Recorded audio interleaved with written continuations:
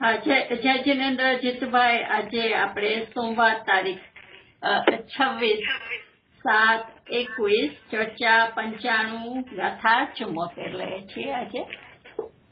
હા જી હા. જય જિનેન્દ્ર ભાનુબેન, જય જિનેન્દ્ર રજનીભાઈ અને જય જિનેન્દ્ર બીજા જે કોઈ ભાઈઓ બહેનો હોય જોડાયેલા હોય બધાને. અચ્છા, આજે આપણે ભાનુબેને કીધું એમ 74 ગાથા શરૂ કરીએ છીએ સ્વાધ્યાય માટે. હા એટલે આજે આપણે સ્વાધ્યાયનો નંબર છે 95 અને બુધવારે હશે આપણે 96. એટલે બુધવારની આપણે સ્વાધ્યાય પૂરી કરશું ને એટલે આપણું 1 વર્ષ પૂરું થઈ જશે. તો 1 વર્ષથી આપણે આ સ્વાધ્યાય કરીએ છીએ. અચ્છા, હવે આપણે સ્વાધ્યાયનું પ્રયોજન શું રહ્યું છે કે સ્વાધ્યાયનું પ્રયોજન આપણું જ્ઞાનની વિશાળતા નથી. આપણી સ્વાધ્યાયનું પ્રયોજન છે જ્ઞાનની સૂક્ષ્મતા. જ્ઞાનની સૂક્ષ્મતા અને જ્ઞાનની વિશાળતામાં શું ફેર પડે? તો કે જ્ઞાનની જે સૂક્ષ્મતા છે ને એનું ધ્યેય સ્વલક્ષનું હોય છે.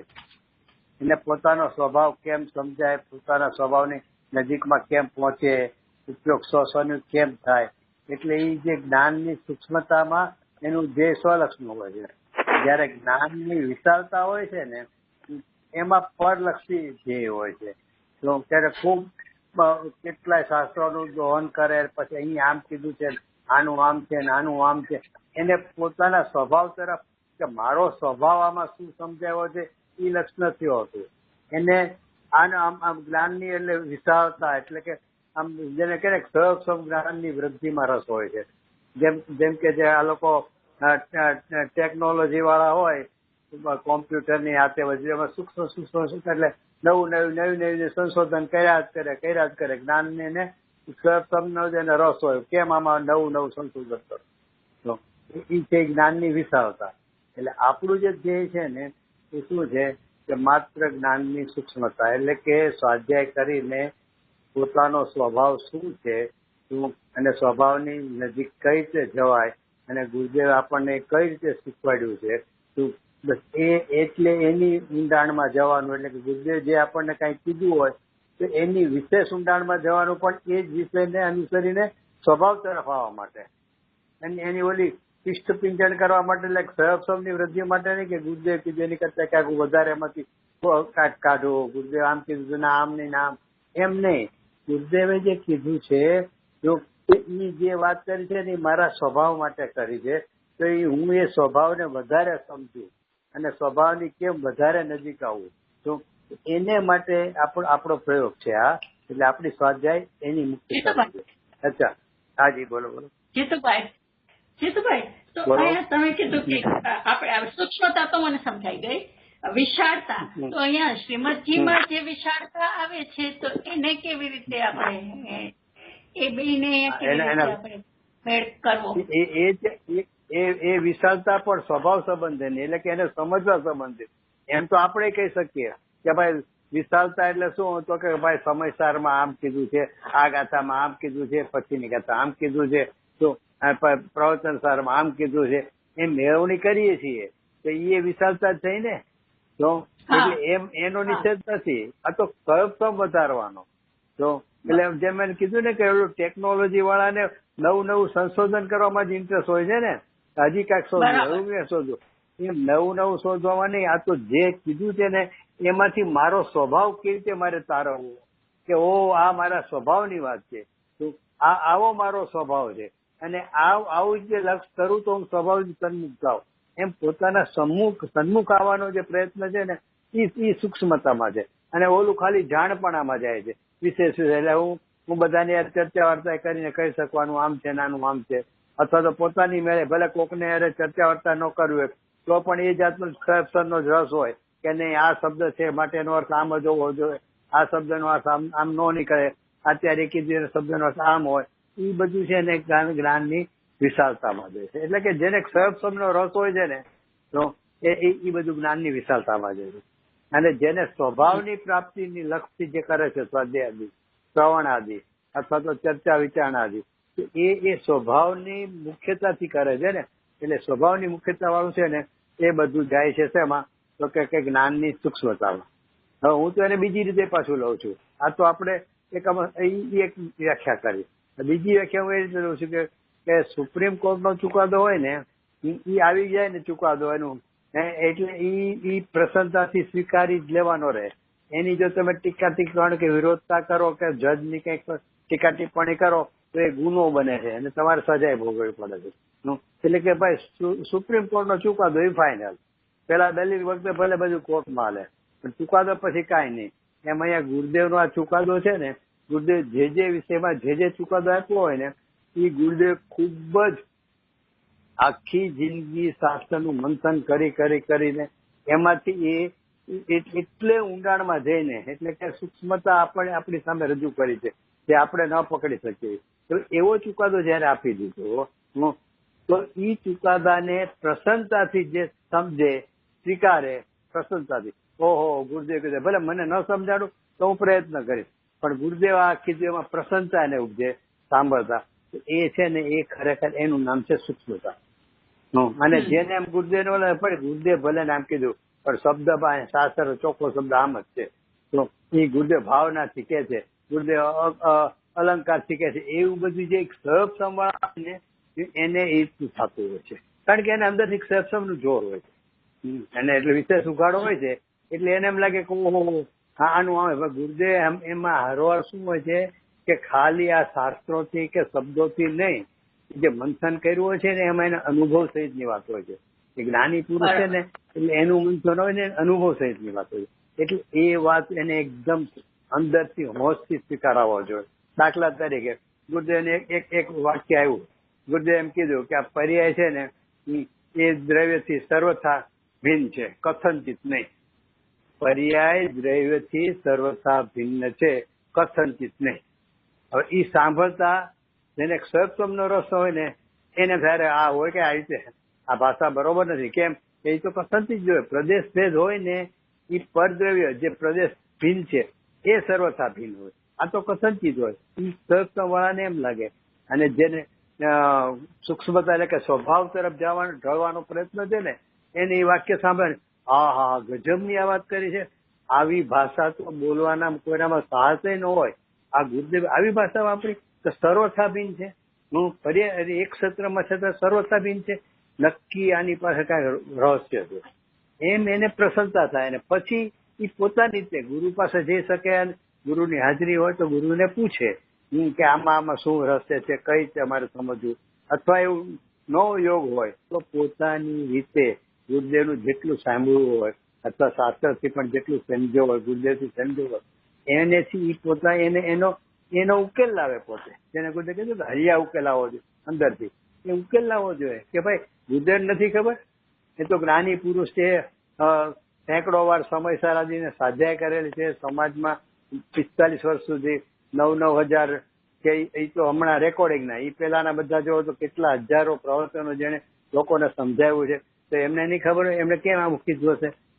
પ્રદેશ ભિન્ન છે નથી છતાં એ પર્યાયના પ્રદેશ ને દ્રવ્યના પ્રદેશ એક જ છે તો પણ કેમ એમ કીધું હશે કે આ સર્વથા ભિન્ન છે? તો એની પાછળ એને પોતે ઉકેલ કાઢવો જોઈએ. પણ એને નકાર ન આવે, એને પ્રસન્નતા થાય. એટલે ગુરુ વાતના જે કાંઈ વાક્ય આવે ને એને સુપ્રીમ કોર્ટ ચુકાદો સમય અને પ્રસન્નતાથી એના અંદર આવે ને એનું નામ છે ને એ જ્ઞાનની સૂક્ષ્મતાના માર્ગે છે. પ્રમાણ વચન કહી શકીએ. એટલે તમારું છેલ્લે કહે ને પ્રમાણ વચન ગુરુદેવ એટલે તો બોલીએ છીએ. હા બોલો. હા સુરજભાઈ એમ કેવું કહી શકાય કે સમય સાથે 415 ગાથા વાંચવાની જરૂર નથી. દરેકે દરેક ગાથા મોક્ષ અપાવે એવી છે. તો દરેક ગાથા સાંભળ્યા પછી અને ગુરુદેવનું પ્રવચન સાંભળ્યા પછી એટલે જ્ઞાનીના વચન અને શાસ્ત્ર એ દરેક ગાથા દરેક વાક્ય માં આપણે આત્મા તરફ કેમ જવું એનો એ જ્ઞાનની સૂક્ષ્મતા માંગે છે. હા સ્વભાવ. એ તમે પેલા કીધું કે સ્વભાવ તરફ જે કાંઈ સ્વાધ્યાય આદિ કરે છે ને એમાંથી શું કાઢે છે કે આ મારો સ્વભાવ આવો છે, અહીંયા આવું કીધું છે કે આવો સ્વભાવ છે અને એ સ્વભાવ તરફની સન્મુખતા આ રીતે થાય છે. એટલે એને સ્વસન્મુખતા એટલે પેલા જ કીધું કે આ સ્વલક્ષી હોય છે. જે જ્ઞાનની સૂક્ષ્મતા છે ને એનું ધ્યેય શું છે? સ્વલક્ષી છે. અને જ્ઞાનની વિશાળતા ને એનું ધ્યેય છે ને પરલક્ષી છે, આટલો ફેર છે. બરાબર. એટલે ઓલાને એક તમે કહો છો એક જ ગાથા વાંચે ને તો એ ગાથા વાંચે આવો મારો સંબંધ શું અહીંયા કહેવા, અરે ગાથા ક્યાં વાત કરો. ગુરુદેવે એક વાક્ય કીધું કે સર્વતા પર્યાય ભીમ છે, ત્યાં એને અંદરથી એમ ઉછાળો કે આ શું ગજબ વાત કરે ગુરુદેવ, નક્કી આમાં કાંઈક રહસ્ય છે. અને પોતાને એટલો અભ્યાસ હોય એટલે એનો ઉકેલી લાવવા માંડે કે હા બરોબર છે. એટલે એનું નામ છે જ્ઞાનની સૂક્ષ્મતા. જેમાં પેલા કે જેમ જેમ હું સૂક્ષ્મ વિચારથી ઊંડો ઉતરું છું બરોબર છે. ત્યાંથી તત્વનો ચમત્કાર દેખાતો નથી ત્યાં સુધી વિચાર નથી, ત્યાં સુધી વિશાળતા છે. પણ જેવી તત્વનો ચમત્કાર દેખાવા માંડે તો હા બસ એટલે મારે શું કામ યાદ કર્યું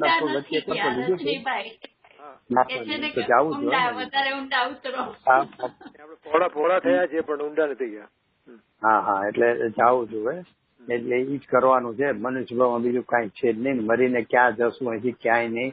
એ જેને સ્વાધ્યાય કર્યું હશે ને તો એ જ્યાં જશે ને તે સ્વાધ્યાયના ક્ષેત્રની નજીક હશે, એટલે કે ત્યાં જઈને બેનો એનો સ્વાધ્યાય જ વધશે, એટલે કે સ્વભાવ તરફનું જેનું કાર્ય આગળ વધશે. ક્યાં જવાની ચિંતા નહીં કરવાની, પણ ક્યારે કે મેં અહીંયા ખુદ સ્વાધ્યાય કર્યો છે તો જો મેં સ્વાધ્યાય આદિ કર્યું નથી, બહુ તો શુભભાવ કે સામાજિક કાર્યક્રમ કે આપણે તો સાચું જિંદગી પર બોલ્યા છે, કોઈનું કઈ નુકસાન નથી કર્યું, સેવા જ કરી છે ને એ બધાની તો દશા શું થશે એ તો ભાઈ યાદ કરતા કરુણ આવે છે કે આ શું દશા થશે. આપણે તો આપણા માટે એટલી નિશંકતા રાખવા છે કે આખી જિંદગી આપણે સ્વાધ્યાય કરીને આત્માના લક્ષ્ય સ્વાધ્યાય કરીએ છીએ, કેમ મને આત્મા સમજણમાં આવે. તો એના ફળમાં કમસે કમ બીજું કાંઈ વિશેષ નહીં, તોય જ્યાં બી ઉપસતું ને ચોક્કસ એવા ક્ષેત્રમાં ઉપસતું કે જ્યાં આનું આ આગળ વધશે આપણું, એ જ કરવાનું છે આપણે. એટલે સ્વાધ્યાય વધારવો પડશે, બીજું મૂળ વાત આપણે. એટલે આ તો મારે એક ક્વેશ્ચન છે કે આમ હવે આ તો શું છે કે હવે ઇન્ટરનેટ ના હિસાબે એટલા બધા સ્વાધ્યાય કોન્ફરન્સ ના ને ઝૂમ ના ને થઈ ગયા, હવે એકમાંથી બીજામાંથી ત્રીજામાં, તો એ તો બધી વિશાળતામાં જવાનું થાય અને સબ્જેક્ટ બદલતો જાય. અને પછી શું છે કે આને સરસ કીધું, બહુ સરસ કીધું, પણ શું સરસ કીધું ત્યાં તો વિચારવા જતા નથી.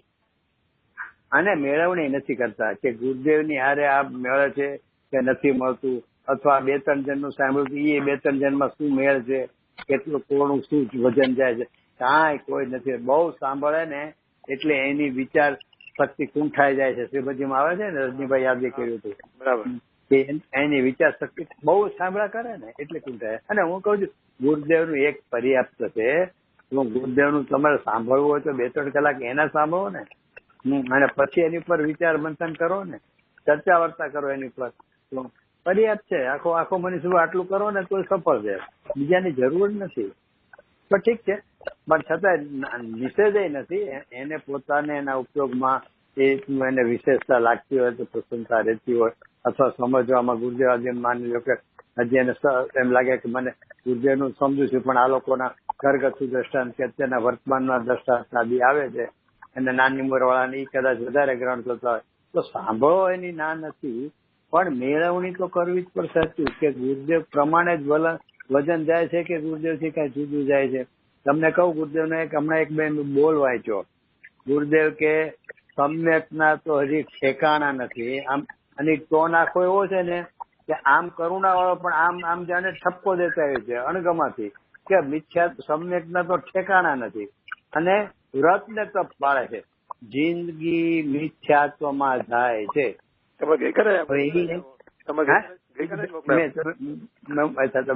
તમને આવ્યો હતો ને ઓલામાં, હા, એટલે એમને એ કેવો છે, મને તો એ વાંચીને એટલો આમ શોખ લાગ્યો કે શું છે આપણને એમ લાગે કે આપણે કઈ આગળ વધી રહ્યા છીએ, આ વ્રત તપાદી કરીએ છીએ ને આ આમ ને તેમ ને, શું છે સમ્યકના ઠેકાણા નથી. એમાં કેટલું વજન છે, મિથ્યાત્વમાં જિંદગી જાય છે. એટલે આપણે તો માનતા તો આપણે તો અહીંયા દેવગુરુ ધર્મ સાચા ધર્મમાં આવ્યા ને આપણે આમ આગળ વધતા જઈએ છીએ.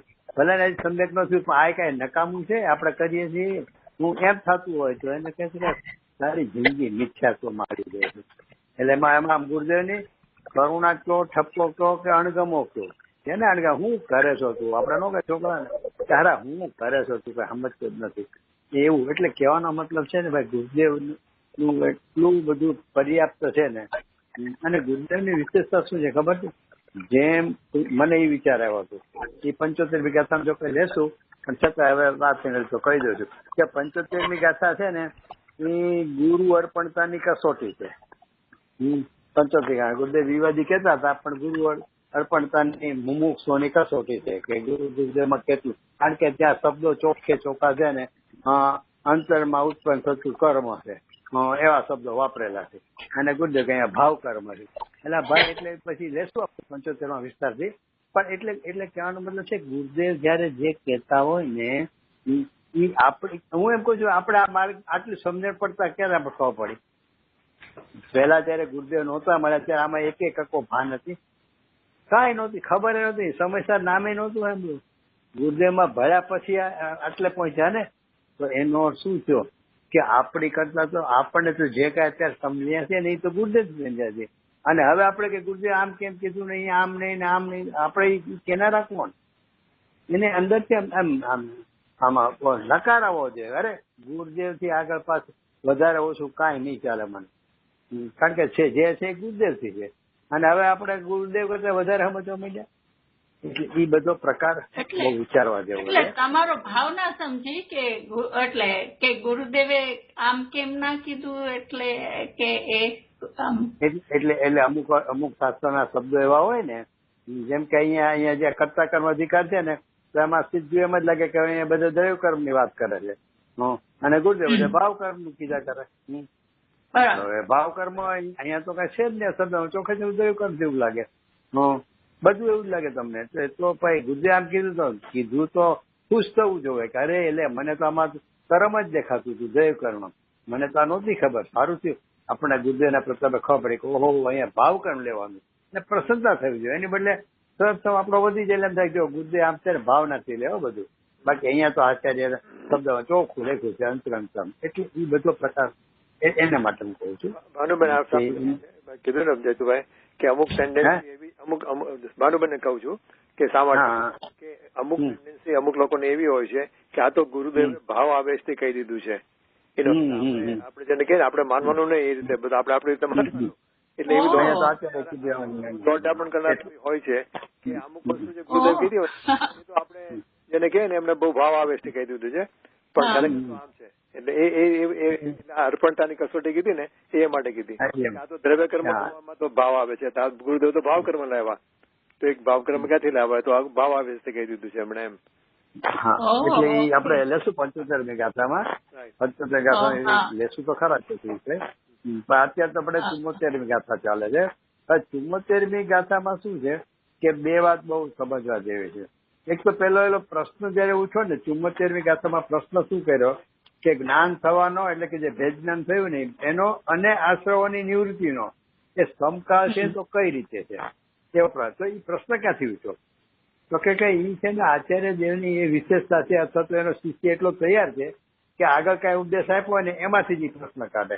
એટલે 72મી ગાથામાં આચાર્ય દેવ એમ કીધું કે આશ્રવોનો ભેદ જાણે છે તે જ વખતે ક્રોધાદી આશ્રવથી નિવૃત્ત થાય છે.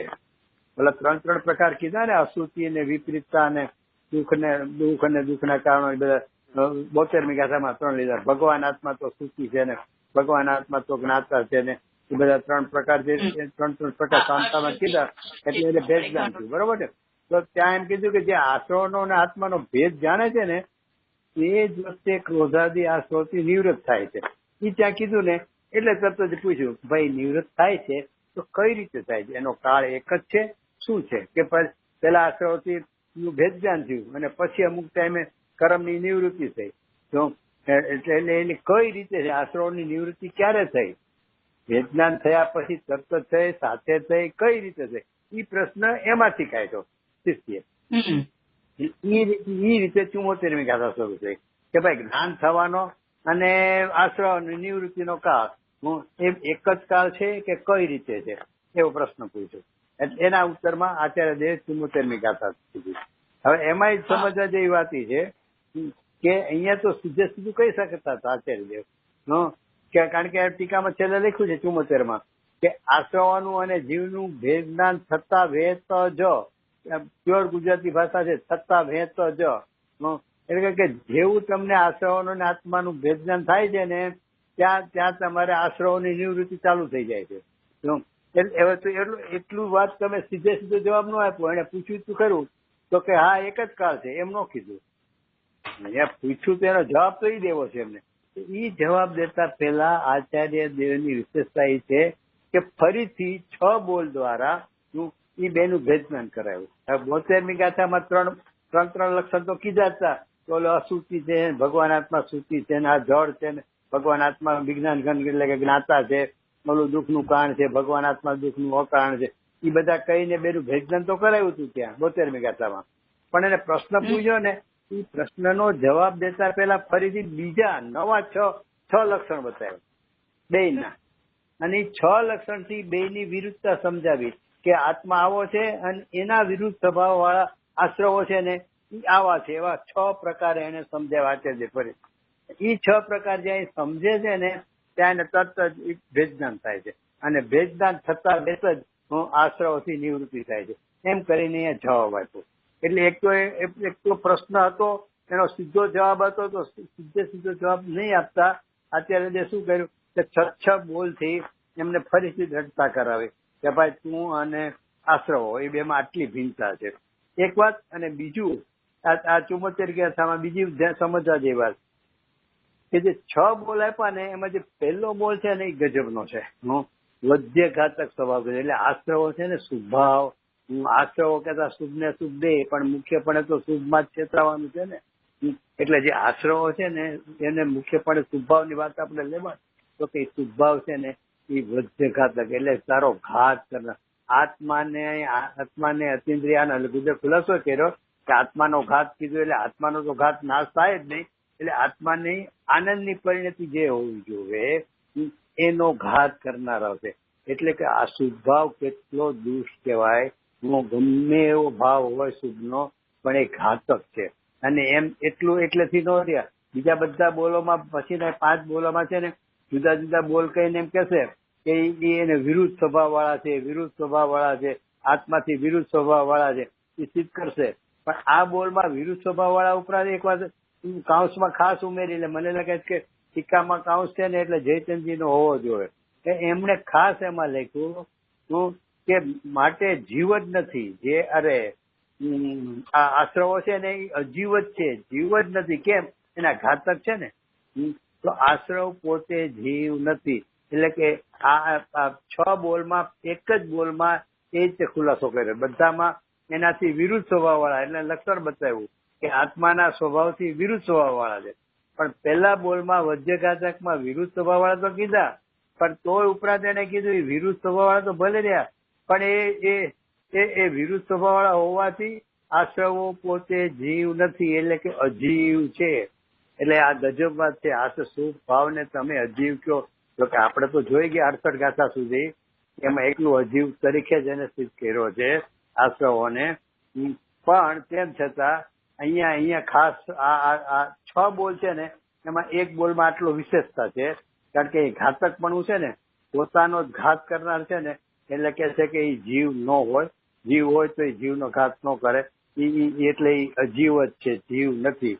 હું એમ કરીને એ પહેલા બોલમાં લીધું. એટલે મને છે ને એ પહેલા બોલ આપણે પહેલા બોલની તો સ્વાધ્યાય થઈ ગઈ છે એટલે એની વજ્રઘાતક ઉપર આપણે વિશેષ ઓલામાં નથી જતો પણ હું થોડાક એના અંદરમાં જવા માંગુ છું કે આ જે વાક્ય છે ને મને બહુ ગજબનું લાગે છે કે આશ્રમોને તમે જીવ નથી એમ ચોખ્ખું ભેદજ્ઞાન કરાવવામાં તમે એમ કહી દો કે જીવ જ નથી.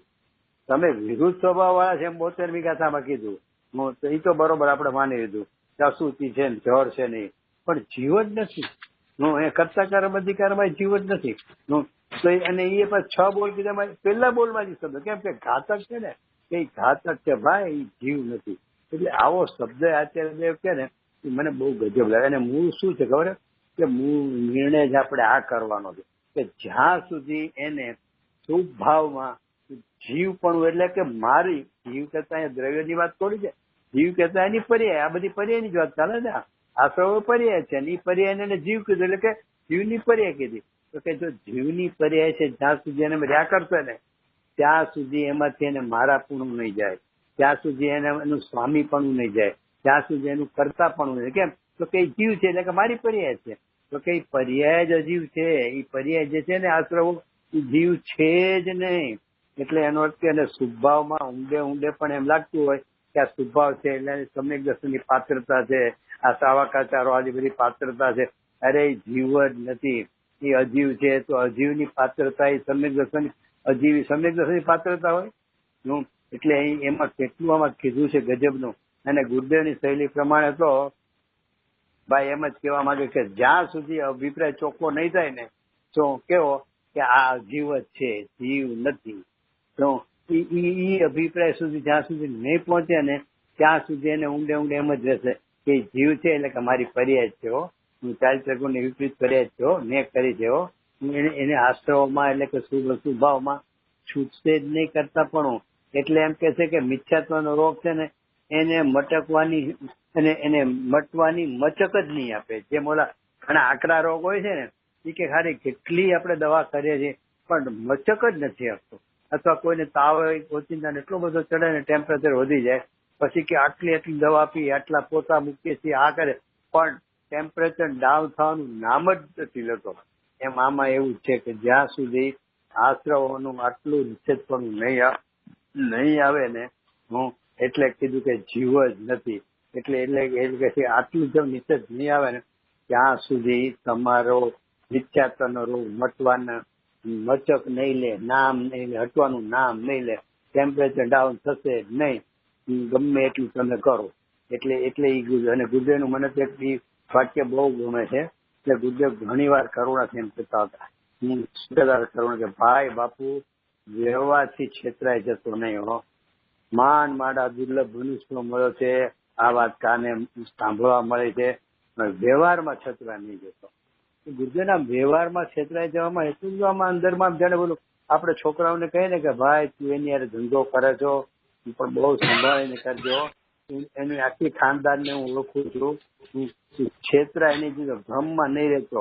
અત્યારે તને સારું લાગે પણ તને તારું બધું હડપ કરી જશે. તું હાવ રોડ ઉપર આવી જાય, જરાય વિશ્વાસ નહીં કરતો. હો ભાઈ અંદરથી કે ને છોકરાને કે ભાઈ તું સમજ મારી વાત, તને ભલે એના માટે બહુ પ્રેમ હોય પણ આ બહુ સમજવા જેવું એમ કે ને એમ ગુરુદેવ આમ કરુણા કે ભાઈ બાપુ વ્યવહારમાં છેતરાય નહીં જતો. કોઈ જ એમ નથી કીધું નિશ્ચયમાં છેતરાય નહીં જતો. કેમ ભાઈ? એટલે બહુ વિચારવા જેવું છે. ગુરુદેવ કઈ એમને વ્યવહાર ઉપર આ બધું નથી કીધું. આટલો નિષેધ ગુરુદેવ કહે આ સમયસર આખામાં વ્યવહારનો જ નિષેધ આવે છે. આ શું છે? છબોલ વ્યવહાર કહો કે શું આશ્રવ કહો. પર્યાય માત્રમાં છેતરાઈ જવાની વાત છે તો અહીંયા તો સીધું આશ્રવની જ વાત છે. એટલે ગુરુદેવ કહે છે કે ભાઈ છેતરાઈ જતો અને ગુરુદેવ કઈ કરવું નથી કરતા. ચૈતનજી પંડિતે એમ જ કીધું છે. 3 બોલ નાખીને 11 મીઠાના ભાવાર્થમાં હું કે લોકો વાહ કરશે ને ઝીણવાણીમાં ઠેઠ ઠેરાવશે અને તને કાંઈક પ્રસન્નતા થશે પણ એનું ફળ સંસાર જ છે. શું કામ આટલું જોર આપ્યું છે ભાઈ? સંસાર છે આનું ફળ, વ્યવહારનું ફળ. વ્યવહારમાં જરાય હરખાઈ નહીં જતો, હોયા વગર નહીં રે. કારણ કે અંદરમાં ઠરીને શ્રેણી તો માંડી નથી શકવાનો.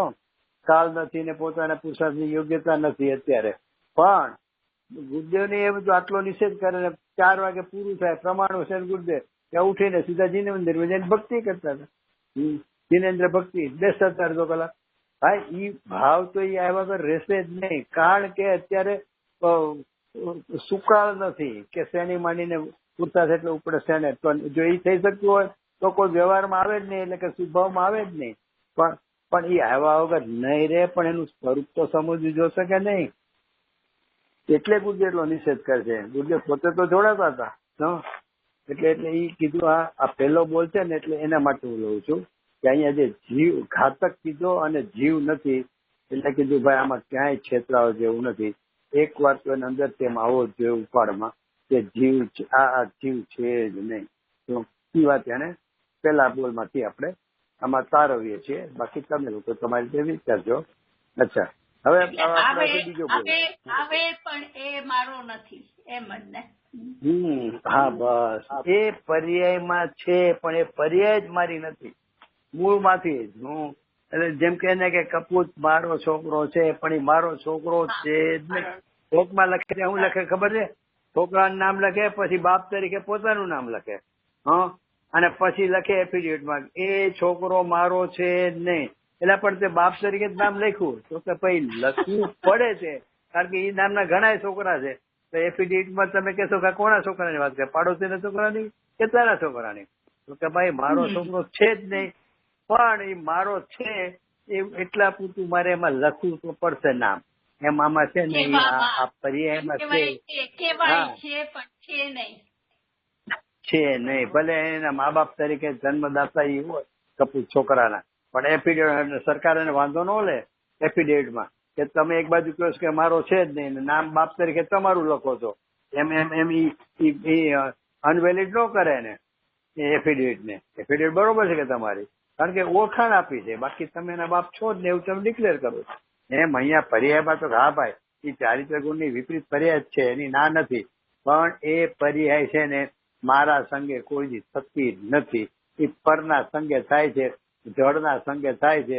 એટલે જીનવર દેવે જેમ કીધું છે કે એ અધ્યવસાનાદી ભાવો છે ને એ પૂતગલ દ્રવ્યથી નિપજેલા પરિણામ છે. હવે જીનવર દેવનું જો આ વચન હોય, ભલે એનું ક્ષેત્ર અહીંયા રહ્યું, ત્યારે ક્યાં ગોતવા જેવી? તો કે એ આ ક્ષેત્રમાં છે, મારા ક્ષેત્રમાં. પણ એ છે કોણ? તો કે એની ઉપજાવનારા કોણ છે? તો કે જ્ઞાનાવરણાદી 8 કર્મો વડે નિપજેલા અધ્યવસાનાદી ભાવો છે. માટે એ જડ છે, ચૈતન્ય નથી. હવે 44-45 ગાથામાં આખે જીનેન્દ્ર દેવનું વચન છે. તો એટલે અહીંયા ક્ષેત્ર અપેક્ષા ભલે ગમે અહીંયા પોતામાં દેખાય, પણ એ મારી પર્યાય છે નહીં. એમ એને અંદરથી જ્યાં સુધી નહીં આવે ને ત્યાં સુધી એનો જેમ બોલાય. અમારે તો આ ઘરનો દાખલો છે ને એટલે મને ખબર છે કે કપૂત ને એની માં કેટલાય વર્ષોથી ના અંતે તો આપણો છે ને અંતે તો આપણો એમ જ કરતી હતી, કાઢી જ ન હોય. અને પછી જયારે એમ થઈ ગયું હારો આ તો હાવ ઓલો થઈ ગયો છે, ક્યારેક મારી નો નાખે સારું, ત્યારે એની માને થયું કે ના ના ભાઈ આપણો છે જ નહીં, આપી દો કોર્ટમાં. એને પોલીસને બોલાવીને પકડાવી મોકલી દીધો. એટલે કહેવાનો મતલબ છે કે નીચે જ નહીં આવે ને ભાઈ ત્યાં સુધી એનું ભેજનાર નહીં થાય. અને જ્યાં નિષેધ આવ્યો ને ત્યાં અહીંયા ચોખ્ખું એમ કીધું છતાં વેત જો ચોખ્ખી ગુજરાતી ભાષામાં એને જ્યાં આટલું સમજો છ બોલથી ત્યાં એ સાંભળતા સમજતા એટલે કે સૂક્ષ્મ જ્ઞાનની સૂક્ષ્મતા કરતા એનું તરત જ એને ભેજ્ઞાન થઈ જાય છે. અને ભેજ્ઞાન થતા વેત જ એ એનાથી છૂટો પડી જાય છે. ગમે એવો શુભ ભાવ પછી હોય કે ગમે એવો અશુભ ભાવ હોય એને કાંઈ ફેર નથી પડતું. જ્ઞાનીને શુભ હોય કે અશુભ હોય એ છૂટો પડી ગયો પછી મારો છે જ નહીં, પારકો છે, જે હોય તે હોય એ થતા વેત જ નિવૃત્ત છે. એટલે અહીંયા પ્રશ્ન પૂછ્યો ને કે ભાઈ વચ્ચે કાંઈ કારણ છે વચ્ચે, તો કાળ હોય તો કાંઈક મળે એમાં કારણે જ ગોતવું પડશે કે ભાઈ ભેજ્ઞાન તો થઈ ગયું પણ હજી એનું છૂટાપણું નથી થયું. એટલે કે તો ભેજ્ઞાન હેનું થયું? તો પછી 72મી ગાથામાં તો બધા પ્રશ્ન ઉભા કરી નહીં લીધું છે ટીકામાં, આપણે એમાં નહોતા ગયા એ વિસ્તાર કરાવવા. પણ એટલે ભેજ્ઞાન થતા વેત જેનાથી છૂટો પડી જાય છે. એટલે આ આખો આ વસ્તુ જેવી છે કે એક વાર એનો નિષેધ આવી અને એને થોડુંક શાંતિથી ઊંડું મંથન કરે ને તો એને એમ ભાષા વગર રહે જ નહીં કે ઓહો આ 3 બોલ અહીંયા કીધા, 6 બોલ અહીંયા કીધા, આમાં ક્યાં શું હોય કે અશુભ હોય, શું એ મારો હોય જ કહી છે શકે. બસ એને એકવાર અંદરમાં આમ ભાવ ભાષામાં આવે ને એ થતા વેત જ એનું બધું કાર્ય થઈ જાય છે, યજ્ઞાની થઈ જાય છે અને આને આશાઓથી છૂટો પડી જાય છે. એ વાત અહીંયા બોલો. જો આપણે આ વાત તો અવારનવાર થતી રહે છે, આપણે કહીએ છીએ ને કે આજે શુભ ભાવ કે અશુભ ભાવ, અશુભ ભાવની તો વાત જ નથી, શુભ ભાવ તો એ મારો નથી. આપણે એમ કહીએ છીએ એ પર્યાય જ મારી નથી, એમ આપણે કહીએ છીએ. તો એ પર્યાય મારી નથી એટલે કે જે ચારિત્ર ગુણની વિપરીત પર્યાય થાય છે એ પર્યાય રૂપ જ એવું નથી. પણ તે વખતે એને જાણનારું જ્ઞાન તો એટલે કે જ્ઞાનની પર્યાય તો મને છે એવો ભાવ હશે કે નહીં? એટલે કે હું પર્યાય વગરનો થઈ ગયો એમ વાત કહેવાની છે? એટલે કે હું ત્રિકાળી ધ્રુવ પર્યાય વગરનો રસનો વિષય છે એવું છું કે પર્યાય તો મારે ઇન્ટેક્ટ છે હજી? બરોબર, એ ખુલાસો કરું તમને. અહીંયા જે આપણે કીધું ને કે આ વાસ્તવોની વાત કરી કે મારી પર્યાયમાં હોવા છતાં એ પર્યાય જ મારી નથી એવું કોણ કે છે? તો કે એવું નક્કી કરનારી પર્યાય છે, જ્ઞાનની પર્યાય છે. એટલે ઈ જ્ઞાનની પર્યાય માં હું પણ છે એ આનો નિષેધ કરે છે. એટલે જ્ઞાનની પર્યાય વગરનો નથી થઈ ગયો, પણ હજી એમાં આગળ કે ઈ જ્ઞાનની પર્યાય આનો તો નિષેધ કરે જ છે કે આ પર્યાય પણ તો હું નથી, પણ એ જ્ઞાનની પર્યાય પણ એ પોતાને નથી માનતી. અને જ્ઞાનની પર્યાય કોને માને છે? તો કે આ પરિપૂર્ણ જે દ્રવ્ય સ્વભાવ છે ને એ જ મારું અસ્તિત્વ છે, હું એ મય જ છું. પણ એ બી માનનારી જ્ઞાનની જ પર્યાય છે. એટલે જ્ઞાનની પર્યાયનું તો અસ્તિત્વ રહેશે, અને જ્ઞાનની પર્યાય જ આનું કાર્ય, જ્ઞાનની પર્યાયથી જ આ બધું કાર્ય થશે. આનો નિષેધ અને આનો સ્વીકાર એ બધું જ્ઞાનની પર્યાયથી જ થશે. એટલે જ્ઞાનની પર્યાય નથી કે એ તો અવકાશ જ નથી, જો કરનાર જ જ્ઞાનની પર્યાય છે. પણ જ્ઞાનની પર્યાય હંમેશા કહ્યું છે શું? જ્ઞાનની પર્યાય ક્યારે પોતાનો નથી સ્વીકાર કર્યો. જ્ઞાનની પર્યાય તો આશ્રવમય જ પોતાને માની છે અત્યાર સુધી. તો સંસારી છું ને, મિથ્યાદ્રષ્ટિ છું ને, રાગી છું ને, જ્ઞાનની પર્યાય પોતાનું અસ્તિત્વ જ્ઞાનની પર્યાયમાં નથી માન્યું. જ્ઞાનની પર્યાય નિરંતર પોતાનું અસ્તિત્વ આમાં માન્યું છે. એટલે એનો નિષેધ કરવા માટે અહીંયા એમ વાત છે. પછી ઈ જ્ઞાનની પર્યાય પાછો જ્ઞાનની પર્યાયમાં નહીં આવે. ઈ જ્ઞાનની પર્યાય જેમ આનો અત્યાર સુધી આનો આશ્રય કરીને એ માને છે ને, ઈ જ્ઞાનની પર્યાય દ્વૈત સ્વભાવમાં આનો આશ્રય છૂટશે તો ક્યાં આશ્રય બદલશે? જ્ઞાનની પર્યાય પોતાની જ્ઞાનની પર્યાયમાં હંપણું નહીં કરે.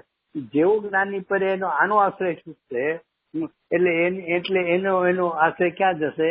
તો કે દ્વૈત સ્વભાવમાં. એ દ્વૈત સ્વભાવમાં હું છું તો એમ કરીને જ્ઞાનની પર્યાય પોતાને અદ્વૈત માનશે, પણ કરશે બધું જ્ઞાનની પર્યાય. હા બોલો રજીભાઈ. એટલે બરાબર છે. આપણે ખાલી અપ્રોચ માં આવતા છે કે હું રાગ જે તમને થાય છે એ રાગ નથી, કારણ કે હું તો જ્ઞાયક ભાવ છું. રાગને છોડીને જ્ઞાયક ભાવમાં આવી એમ આપણે કહીએ છીએ. પણ જ્ઞાયક ભાવમાં ગયો એટલે રાગ છૂટી જ ગયો. એટલે પ્રાયોરિટી ચાલો તમે એ વિશે કાઢો દઈએ. તમને કહેજો એ મારામાં પાછળ આવે છે, પણ ઠીક છે કહી દો. કારણ કે આ 74 ગાથામાં જે પાછળનો આખો વિષય છે ને, જે એમાં એમ લીધું ને કે એમાં એમ લીધું કે વિજ્ઞાન ઘન જેમ જેમ વિજ્ઞાન ઘન થતો જાય છે તેમ તેમ આશ્રવ નિવૃત્તો જાય છે. પછી કે જેમ જેમ આશ્રવથી નિવૃત્તો જાય છે એમ એમ વિજ્ઞાન ઘન થતું છે. પરસ્પર બેને નાખ્યું છે. બરાબર છે. અચ્છા, હવે એ જ વસ્તુ તમને કહું કે અહીંયા હમણાં થોડા દિવસ પહેલા ચેતન મહેતા સ્વર્ગવાસ થઈ ગયા પછી એનો પરિવાર આવ્યો હતો અને એ પ્રાર્થના રાખી હતી. ત્યારે એના છોકરાએ એના પપ્પાની વાત કરી ચેતનભાઈની.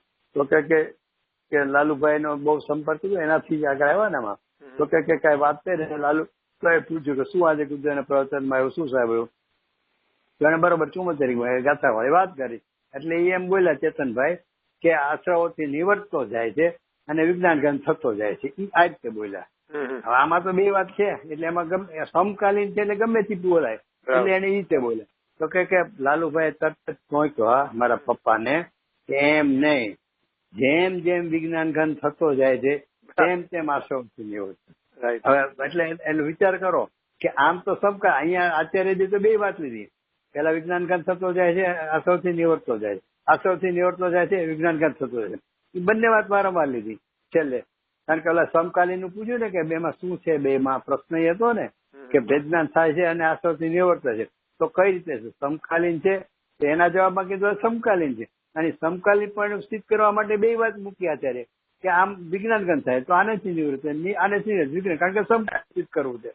પણ સમકાલીન સ્થિત કરવું છે તો પણ જયારે સ્વભાવની મુખ્યતાથી વાત હાલે, આ તો અહીંના વિષય તરીકે તો બરોબર છે કે ભાઈ આમ ગમે એમાંથી ગમે એમ લેવાય. પણ જયારે વાત કઈ રીતે હાલે કે આ થાય કઈ રીતે ખરેખર, તો કે સ્વભાવથી છે ને ઉપાડવો. એટલે સ્વભાવ તરફ જેમ તેમ ઢળતો જાય, એટલે કે વિજ્ઞાન જ્ઞાન થતો જાય ને ત્યારે ઓલાથી છૂટું પડતું જાય છે. એટલે ખરેખર તો એમ જ છે. સમકાલીન પણ છે ત્યારે વારાફરતી ગમે ને કઈ કયો 2 ને વર્ષ એની ના નથી. પણ વસ્તુ સ્થિતિ શું પુરુષાર્થની સ્થિતિમાં કે પુરુષાર્થની સ્થિતિમાં 3-4 પોઈન્ટ મેં તમને હું તમને કહું કે એક તો અસ્થિપૂર્વક નાસ્તિ ને નાસ્તિપૂર્વક અસ્થિ. બરોબર. તો પુરુષાર્થમાં જયારે નાસ્તિપૂર્વકના વિચારે જાય છે ને તો એમાં પર સંબંધીના વિકલ્પોનું જોર વધારે હોય છે. પર નથી, રાગ આદિ નથી, ના નથી. અને જે અસ્થિપૂર્વક નું હોય છે ને એમાં તે છે વિકલ્પ. હું જ્ઞાન વિકલ્પ મિશ્રિત જ્ઞાન છે ને, એટલે પણ એમાં શું હોય છે કે સ્વસંબંધીના વિકલ્પોનું જોર હોય છે. એટલે એનું જ્ઞાન વધતું જાય છે, જ્ઞાન સ્વ તરફ ઢળતું જાય છે. તેમાં અસ્થિ તરફના વિચારમાં, નાસ્તિ તરફના વિચારમાં શું થાય છે કે એને ભેદજાન છૂટું પડવા માટે ઈ નાસ્તિના વિચાર ભલે કરે ખરો, પણ થાય છે શું તો કે નાસ્તિક તરફના વિચારમાં પ્રબળતા છે ને વિકલ્પની હોય છે. સમજ્યા રજનીભાઈ? નાસ્તિકપૂર્વકના વિચારમાં પરસંબંધીના વિકલ્પ પ્રબળપણું હોય છે, અને એટલે એનો અર્થ શું છે કે અસ્થિપૂર્વક જ હોવું જોઈએ. પણ ઓલું હોય છે, હા, નાસ્તિ શું છે કે એને પ્રગટપણે નાસ્તિનો અનુભવ છે ને, એટલે નાસ્તિનો નિષેધ કર્યા વગર તો અહીંયા એને અસ્થિપણાનો મહિમા નહીં આવે. પણ એ સાચું ક્યારે ગણાશે કે જયારે અસ્થિપૂર્વક સ્વસંબંધી એનું સ્વસંબંધીના વિકલ્પોનું જોર વધતા એ અસ્થિપણાના જોર વધે ને ત્યારે ખરેખર ઓલું નાસ્તિકપણું એને માયનું અને સ્વીકાર્યું કહેવાય છે. અહીંયા સમકાલીનમાં વારાફરતી બે લેશે. અચ્છા, હજી તમે આપણે દાખલાથી વિચારે કે શું તો કે ભાઈ અંધકાર છે ને, અંધકારનો વ્યય થાય છે. અચ્છા, એ મારી વ્યય ને ઓલી વાત લેવી છે. આ દર્શન પેલા એ વાત લઈ લઉં, પછી અંધકાર ને દર્શન સારું રહેશે. એમાં આપણે ખબર છે કે પરદ્રવ્ય અકિંચિત કરશે. અહીંયા જે અત્યારે વર્તમાન પર્યાયનો ઉત્પાદ થયો તો કે એનું પરદ્રવ્ય અકિંચિત કરશે, સદ્રવ્ય તો કે અકિંચિત કરશે, બીજા ગુણની પર્યાય તો કે અકિંચિત, તો કે પોતાની પૂર્વ પર્યાય એનો વ્યય એટલે કે પૂર્વ પર્યાય કારણ, અને આ વર્તમાન પર્યાય ઉત્પન્ન થઈ કાર્ય, કારણ કાર્ય પણ લગાડવો એ બેને લાગે. અને પછી થી આગળ જાઓ તો કે ખરેખર પર્યાય સત્કારથી પોતાના સત્કારથી પરિણામે છે, એને પૂર્વ પર્યાય કારણ નથી. એ પછી સ્ટેપ લીધું, બરોબર. પણ જયારે કારણ કાર્ય પણ લ્યો તો કે પૂર્વ પર્યાય કારણ અને ઉત્તર પર્યાય, હા, એટલે હા એ છેલ્લે આવશે. પણ એની પેલામાં શું આવશે તો કે પૂર્વ પર્યાય કારણ અને ઉત્તર પર્યાય, એટલે એ પછી જે પ્રગટ થઈ એ કાર્ય. એટલે પ્રશ્ન એમ ઉઠે છેલ્લે તો મિથ્યાત્વ છે એ પૂર્વ પર્યાયમાં છે, અને એ ટળીને સમ્યક થયું તો મિથ્યાત્વ છે એ કારણ અને સમ્યક છે એ કાર્ય. કારણ કે પૂર્વ પર્યાય કારણ છે. તો કે ભાઈ એમ નથી, એમાં આપણે થોડું સમજવામાં ફેર થઈ જાય છે. પૂર્વ પર્યાય કારણ નથી, પૂર્વ પર્યાયનો વ્યય કારણ છે, કે વ્યય થાય છે એટલે ઉત્પાદ થાય છે.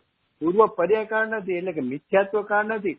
મિથ્યાત્વનો વ્યય એ સમ્યકના ઉત્પત્તિનું કારણ છે. વ્યય છે એ કારણ છે, મિથ્યાત્વ છે એ કારણ જ નથી.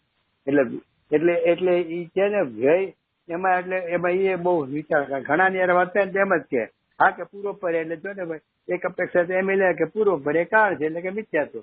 અરે પૂર્વ પર્યાય કારણ નથી, પૂર્વ પર્યાય નો વ્યય છે એ કારણ કીધું છે. પૂર્વ પર્યાય નો કારણ હોય, પૂર્વ પર્યાય નો વ્યય કારણ એટલે દ્રવ્ય કારણ નો હોય ને મિથ્યાત્વ કારણ ક્યાંથી હોય સમ્યક દર્શનમાં? તો કે મિથ્યાત્વ નો વ્યય છે ને એ કારણ છે. હવે એ કઈ રીતે કે આપણે અંધકાર છે ને એ પૂર્વ પર્યાય છે. અત્યારે અંધારું છે ને અને પછી લાઈટ થાય ને આપણે હા લાઈટ છે એટલે આપણે લાઈટ છે ભાષા બોલે એટલે કે પ્રકાશ છે, બરોબર છે. તો કઈ અંધકારનો નાશ અને પ્રકાશનો ઉત્પાદ, એટલે વ્યય કોનો થયો, નાશ કોનો થયો તો કે અંધકારનો. તો કે અંધકારનું કારણ ન હોય, અંધકારી કારણ ન હોય, અંધકારનો નાશ ઈ કારણ હોય તો અને પ્રકાશનો ઉત્પાદ. પણ એ કારણ કાર્યની અપેક્ષા, કારણ કે પૂર્વ પેલા એ છે ને અંધારું છે ને, પેલું અંધારું છે. અત્યારે આપણે આશ્રવમાં એકત્વ બુદ્ધિ છે અને ઈ આશ્રવની એકત્વ બુદ્ધિ છે એટલે ઈ આશ્રવની એકત્વ બુદ્ધિ તૂટે, એટલે કે આશ્રવથી નિવર્ત્યો એ તૂટે છે ને ત્યારે આપણે સમ્યક થયું એમ કહીએ છીએ, બરોબર છે.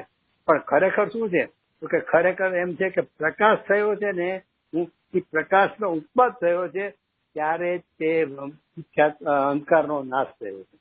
જ્યાં સુધી પ્રકાશનો ઉત્પાદ નથી થયો ને ત્યાં સુધી અંધકારનો નાશ જ નથી. એટલે કે ખરેખર આપણે જયારે પૂર્વથી લઈએ તો ઉત્તરને કાર્ય કહેવાય, પણ વસ્તુ સ્થિતિ જાય અથવા સ્વભાવની સ્થિતિથી વિચાર કરીએ તો શું છે કે પ્રકાશની ઉત્પત્તિ અને ઈ વ્યયનું કારણ.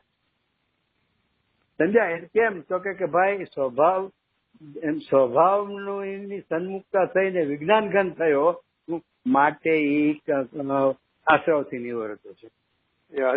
ત્યારે અસ્થિનું જોર ના બરાબર છે, અસ્થિનું જોર જોઈએ. હા, એટલે મૂળ એવું નથી આવવું જોઈએ. અને એટલા માટે લાલુભાઈ ટણકો ઓલા ભાઈ ચેતનભાઈ ને કે નહીં ભાઈ તું શીખી સાંભળીને આવ ગુરુદેવ, પણ એમાં બંને વાત આવે પણ ત્યાં તો સમકાલીનતા છે. વાત શું લેવાની છે તો કે વિજ્ઞાન ઘન થતો જાય છે તેમ તેમ આશ્રવથી નિવર્તે છે એમ કરીને એમણે જ્યાં વાત લીધી હતી અમારે હમણાં થોડા દિવસ પહેલા પેલી રાખી હતી ને પ્રાર્થના એ માણે ખુલાસો કર્યો કે આ વાત બહુ સારી કરી હા, લાલુભાઈ. પણ એ અમે લાલુભાઈના પ્રવચન સાંભળ્યા હતા ને, તમે હમણાં કીધું એટલે યાદ આવ્યું. અમે સાંભળ્યા હતા લાલુભાઈના પ્રવચન કોન્ફરન્સમાં ને, એટલે એ બરાબર છે કે એમણે એમ જ કહ્યું. તમે યાદ કરાવ્યું એટલે યાદ આવી ગયું. હા, રસિકભાઈ તમારી બાજુથી મ્યુટ રાખશો ને, પછી તમારે કઈ કેવું હોય તો વચ્ચે તમે અનમ્યુટ કરીને કહી શકો છો. હા, એટલે આપણે એ બધી વાત છે. હવે આમાં શું બરાબર છે કે અસ્થિથી કરીએ ને તો જ આપણે પોતાની મહિમા આવે. ઓલી તો પરમાં રોકાયેલા હોય નાસ્તી કરીએ તો. હા, અસ્થિમાં શું છે કે અસ્થિમાં સ્વસંબંધીનું જોર હોય છે. એ તો બધામાં રાગ મિશ્રિત વિકલ્પ બંનેમાં. નાસ્તિમાં તે રાગ મિશ્રિત જ્ઞાન છે અને અસ્થિમાં રાગ મિશ્રિત જ્ઞાન છે, બરોબર છે. પણ એનો વિષય જે છે ને નાસ્તિનો ભલે જ્ઞાન રાગ મિશ્રિત જ્ઞાન છે, પણ એનો વિષય શું છે તો કે પર સંબંધી, એનું લક્ષ પરમાં છે. એટલે પર સંબંધીની વિષયની એમાં પ્રબળતા છે. જ્યારે અસ્થિમાં શું છે કે છે તો રાગ મિશ્રિત જ્ઞાન, પણ એમાં પ્રબળતા શેની છે તો કે સ્વ સંબંધીના વિકલ્પની પ્રબળતા છે. એટલે શું થશે કે સ્વ સંબંધીનું જોર વધતું જશે જ્ઞાનનું, એટલે ઓલો વિકલ્પ છે ને એ છૂટતો જશે, સસમતો જશે, એટલે નિર્વિકલ્પ થઈ જશે. એટલે નાસ્તિકપૂર્વક તો એક એને પ્રગટ અનુભવ છે ને, એટલે નાસ્તિકનું જ્ઞાન કરવા માટે એ નાસ્તિકપૂર્વકનું વિચાર મંથન આદિ કરે, પણ એને જોર શેનું હોય તો કે સ્વભાવ તરફનું. એટલે મને યાદ છે કે જયારે હું અહીંયા આ બધી નાસ્તિકની વાત લઉં છું ને, આસોની નાદ ભિન્નતાની, ત્યારે મને કાયમ રજનીભાઈ યાદ કરે છે કે ભાઈ આ હોય પણ ત્યારે હારે આપણે જ્ઞાન સ્વભાવથી લેવું કે નહીં, જ્ઞાનનું પરિણામ એમ. એટલે હું સમજી જાઉં છું કે મૂળ રજનીભાઈની વાત બરોબર છે કે અહીંયા આપણે નાસ્તિકની વાત લઈએ છીએ, પણ એ વખતે એ નાસ્તિક અસ્થિનું જોર, અસ્થિ જ મેં છે તો એમ જ, પણ એ આપણે વિષય ચાલતો હોય એટલે પછી હું એ વિસ્તારમાં નથી લેતો. પણ વસ્તુ એમ જ છે કે અસ્થિના જોરથી જ નાસ્તિનો નિષેધ સાચો થાય છે. એ પેલા એ સાચો ગણાતો જ નથી અને હોતો જ નથી. બોલો રજીભાઈ. ના, બરાબર છે. અચ્છા, એટલે આપણે અહીંયા મૂળ તો વાત પહેલો બોલ થી હાલી, પછી બીજા બોલમાં તો એ જ. હવે એ બીજા અને ત્રીજા બોલમાં શું ફેર પાડવો છે? એકમાં અધ્રુવપણું કેવું છે અને એકમાં અનિત્યપણું કેવું છે. એટલે આમ તો સામાન્ય એવું લાગે ને અધ્રુવ ને અનિત્યમાં શું ફેર એવું લાગે, પણ અધ્રુવ એટલે શું, ધારે કે ધજા હોય ને તો ધજા ફટફટ થયા જ કરે. ઘડીકમાં જમણી બાજુ જાય, ઘડીકમાં ડાબી બાજુ જાય, એનું કઈ ઠેકાણું નહીં. પવન હોય નીચે ફટફટ થયા જ કરે. સ્થિર નો રહે, સ્ટેડી એકદમ. જેમ એનો દાંડો હોય, ધજાનો દંડ, એ કેવો સ્થિર છે, તે સ્થિરનું નામ છે ધ્રુવ. જયારે ધજા છે ને તો એ અધ્રુવ છે. એમ અહીંયા એવું કેવું છે કે તું જે આસવોના ભરોસે આ વ્રત તપ ને આ બધું સાવાકાચાર નામ આમ આખી જિંદગી તું એમાં ગાળે છો ને, પણ એ હાવ અસ્થિર છે, અધ્રુવ છે. ભરોસા પાત્ર સ્થિત, જેમ આપણે વાત થઈ જઈએ એકવાર કે કોઈ માણસના ભરોસે આપણે ધંધો કરતા હોય તો ઓલા બાપા કે ભાઈ એ માણસ હાવ અસ્થિર છે, એના ભરોસે ધંધો કરીને તો આ ધ્યાન રાખજો તારા પૈસા ડૂબી ન જાય, કેમ હાવ અસ્થિર મગજનો છે, એ ભરોસા પાત્ર નથી. એમાં આ છે ને આશ્રવ અસ્થિર છે. એટલે અસ્થિર માટે એને દાખલો ત્યાં આપ્યો કે વાયના વેગની જેવું, કે વાયનો વેગ છે ને વાયનો વેગમાં તો આપણે અહીંયા સોનકટમાં જ એક છોકરો હતો, મરી બી ગયો, એ વાયના વેગમાં જ છે. એ વાયનો વેગ એવો છે કે એનું કોઈ એની દવા નથી, સામાન્ય બધા ઉપચારો કર્યા કરે રાહત રહે એટલું, પણ એ વધતું જાય છે. એટલે વાયનો વેગ શું છે, ક્યારેક એકદમ વધી જાય. વધી જાય ને રોડ ઉપર, રસ્તા ઉપર ભર મેઇન રોડ ઉપર આમ લાંબો થઈને પડ્યો હોય, મોઢામાં ફીણ જતા હોય એટલું બધું. પછી તરત જ એને કોઈ આવીને ચામડું સૂંઘાડે ને કોઈ આવીને કઈક લસણ સૂંઘાડે કે ડુંગળી જે કઈક સૂંઘાડે, પછી ધીમે ધીમે એ શાંત થાય ને પછી ઉભો થઈને પછી ચાલતો થાય. એટલે વાયનો રોગ છે ને એ આમ વધઘટ થયા કરે. અને જયારે ટાઢ્યો તાવ પછી ઉન્યો તાવ એટલે કે મેલેરિયા આવે અને પછી પેલું ફ્લૂ આવે તો ઈ વારાફરતી હોય. તો કે ઈ વારાફરતી છે, વારાફરતી હોય ને એનું નામ અનિત્ય છે. એક હોય ત્યારે બીજો નો હોય, બીજો હોય ત્યારે એક નો હોય. અને ઓલામાં છે ને હોય એક જ, જે પ્રકાર એમાં વધઘટ થયા કરે. શુભ નો હોય તો શુભમાં વધઘટ થયા કરે, અને અશુભ હોય ત્યારે અશુભમાં વધઘટ વધે. ગુરુદેવને દાખલો આપતો હતો કે ગણિકમાં વિચાર થયા કે 5 કરોડ રૂપિયા અમારે વાપરવા છે દાનમાં. પછી જરાક ના પણ છોકરાઓને બધા છે ને આટલો પૂરો એકદમ અત્યારે ક્યાં વાપરી નાખવા, એક કામ કરો આપણે 2 કરોડ વાપરશું. એટલે શુભાવનો શુભાવ થયો પણ વધઘટ ક્યાં કર્યો. અને ઓલામાં શું છે કે શુભ ને શુભ વારા પડતી છે. એટલે એકવાર એને શુભનો પ્રકાર હોય કે મારે સ્વાધ્યાય આદિ કરવી છે ને આ તે, ઘડીક માનતો કે ના મારે સ્વાધ્યાય નથી કરવી, મારે તો ટીવી જોવું છે કે મારે તો ફરવા જવું છે, કામ છે તેમ છે. એટલે એક આખો એક ભાવમાંથી બીજા ભાવનો પડતો, એનું નામ છે અનિત્યપણું. એટલે કે આશ્રવોની આ સ્થિતિ છે એમ કહીને ત્યાં શું થયું છે. મને ત્યાં કહેવાનું વિષય એની પરથી કે અહીંયા આચાર્ય જે હતું એક ફોર્મ્યુલા તરીકે સમજાવી દીધું કે ભાઈ આ ધ્રુવ છે ને તું ધ્રુવ સ્વરૂપ છો. પણ આપણે શું વિચારવાનું છે કે અધ્રુવ છે તો એને આમ અંદરમાં એના માટે એટલી બધી આમ ઉદાસીનતા થઈ કારણ હું આખો દિવસ કેરા કરું છું, શુભ ભાવની પ્રવૃત્તિમાં મને રસ આવે, શુભ ભાવની પ્રવૃત્તિમાં દોડાદોડ કરું છું અથવા અશુભની પ્રવૃત્તિમાં દોડાદોડ કરું છું, એની મીઠાશ બધું. આ બધું કેટલું ચંચળ છે. હું ઘડીકમાં ને ઘડીકમાં આપણે કહે ને શાંતિથી બેસવા જ નથી દેતો, એમ એને અંદરમાંથી નીરસતા એને જાગવા મળે. આ બધો બોલ એટલા માટે છે કે એને અંદરથી નીરસતા જાગવી જોઈએ આશ્રવ પ્રત્યે, કે શુભ હોય કે અશુભ હોય.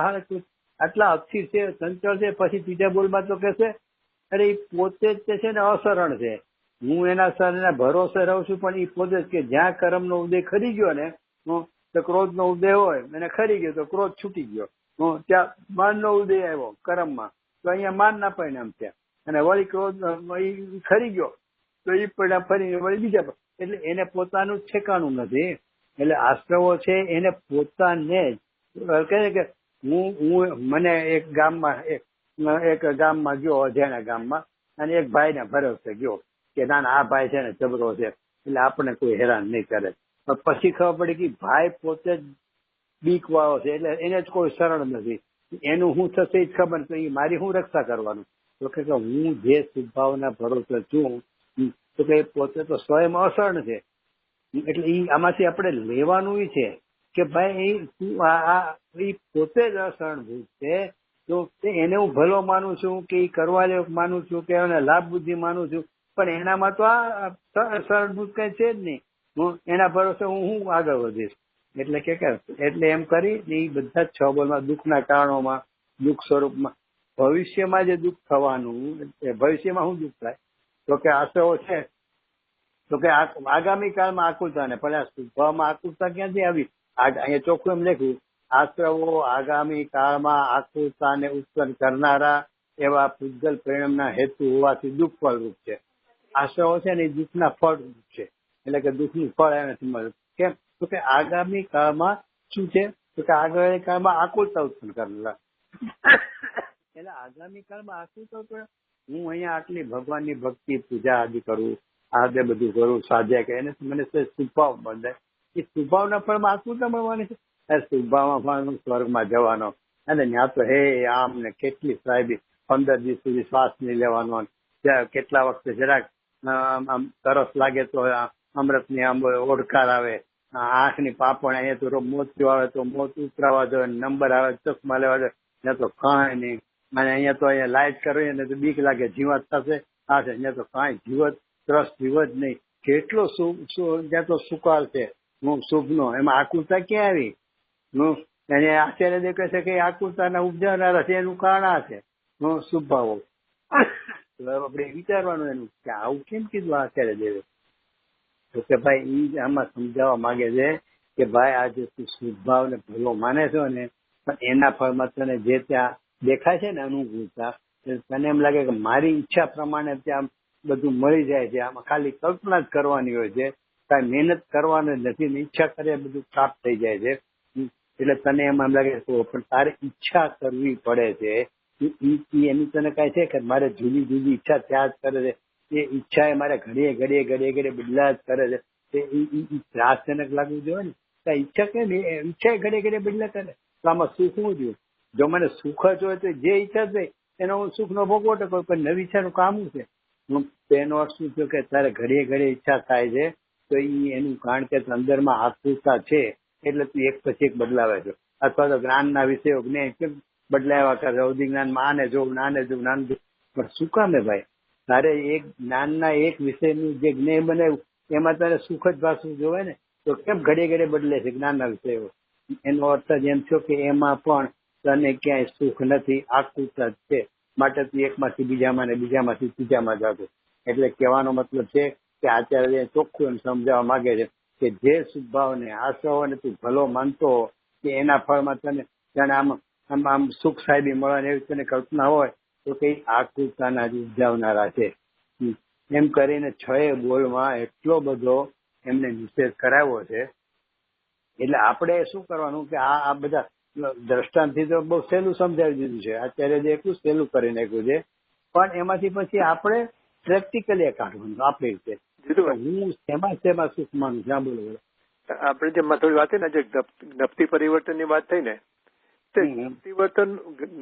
નફતી પરિવર્તનનું કારણ જ્ઞાનની અસ્થિરતા કે રાગની અસ્થિરતા, એટલે કે જ્યાં રાગ થાય છે ત્યાં જ્ઞાન જાય છે.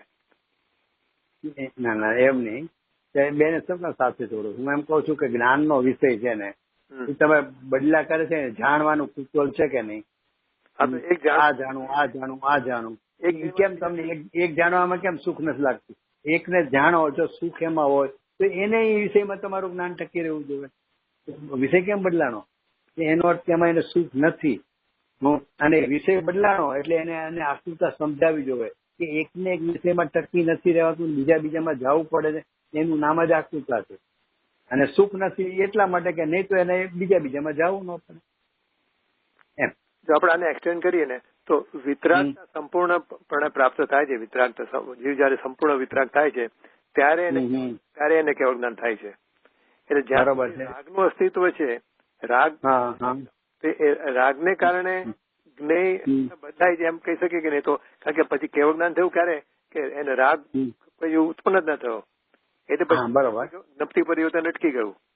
હા બરોબર. જ્યાં સુધી રાગ એને જ્ઞેયની ઈચ્છા થતી હતી. અહીંયા આપણે નીચલી ભૂમિકામાં આપણે બધા પ્રકાર લીધા ને. આપણે આની વિશેષતા એમ નહીં, આપણે બધી વાત લીધી કે આખું સ્વર્ગમાં એને જે ઈચ્છાઓની હિસાબે જે સુખની કલ્પનાઓ માની છે પરદ્રવ્યોમાં, કે આ ભોગ સંબંધીની, તો એટલે ઈ રાગવાળી વાત આવી. એટલે ઈ વાત આવી અને એટલા પુત્રની જ્ઞાનના કુતૂહલની વાત છે કે નહીં યાર વાત, તો એ જ્ઞાનનો નિષેધ આવવો જોઈએ ને.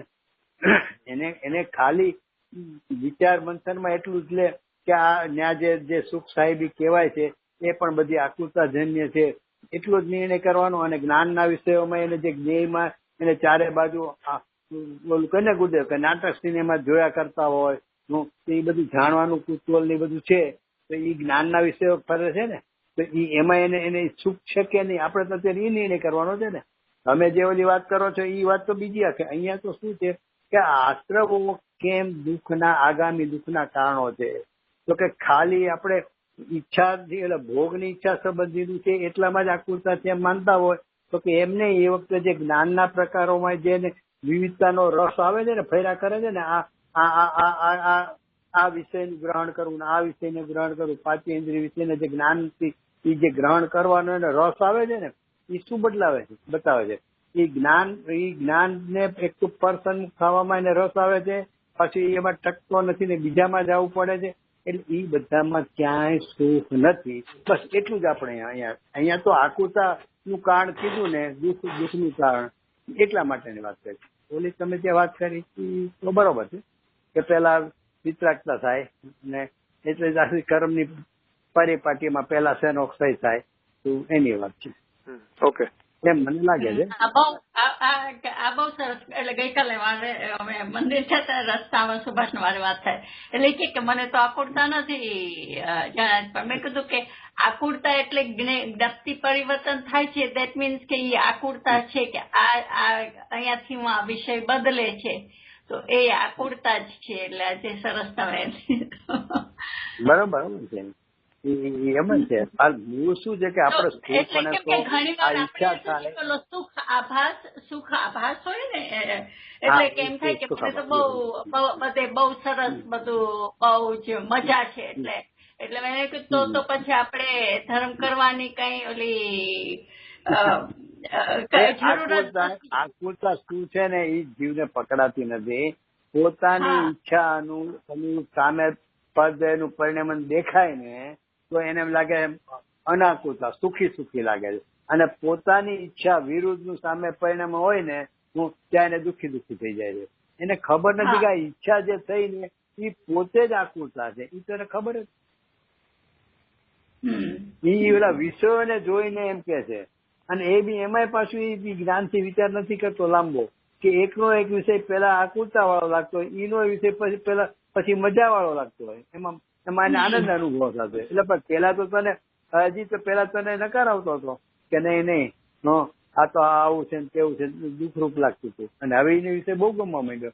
એટલે એનો અર્થ શું થયો કે એને એ ખબર નથી કે વિષયો સામે છે એ કોઈ નિમિત્ત છે, તારી ઈચ્છા ફરે છે ને એની યારે સંબંધ છે આકૃતાનો, અને આ ઈચ્છા નથી, આકૃતા માનતો નથી. એટલે ક્યાંથી ખબર પડે? એ તો ગુરુદેવના પ્રતાપે આપણે આ બધું સમજતા છે એટલે ખબર પડે કે આ ઈચ્છા બદલા કરે છે. એ તો ઠીક, પણ ઈચ્છા થાય છે જ કેમ? તો એ બધું તો આપણે ગુરુદેવ હિસાબે શીખ્યા, એટલે આકૃતાનું સ્વરૂપ જ આપણે સમજતા એકચ્યુઅલી. બોલો. 2-4 મિનિટમાં આપણે પછી વાઇન્ડ અપ કરીએ.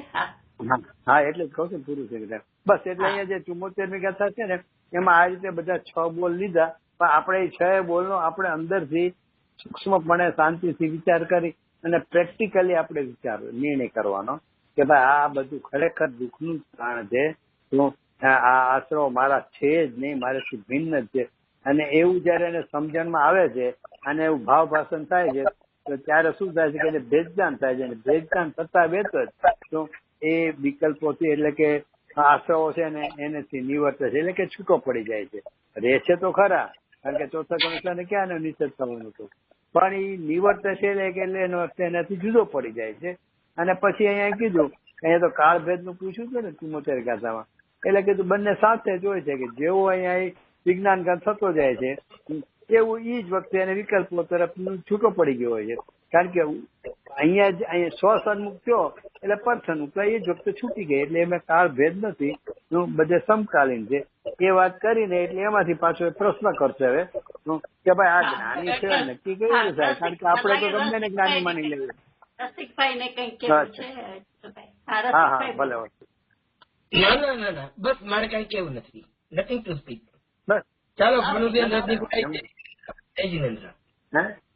હા, કઈ બોલું કઈ વાંધો નહીં, આપડે બધા સ્વાધ્યાય જ કરી પ્રવચન નથી. હા, મ્યુટ થઈ ગયા, પણ સાંભળતા તો એટલે આપણે સ્વાધ્યાય કરીએ છીએ. એમાં કોઈ પ્રશ્ન હોય તો કઈ વાંધો નહીં. ઓકે, ચાલો હવે આપણે બુધવારે. ઓકે, હા, બુધવારે હવે 75 ગાથા લખી દીધું.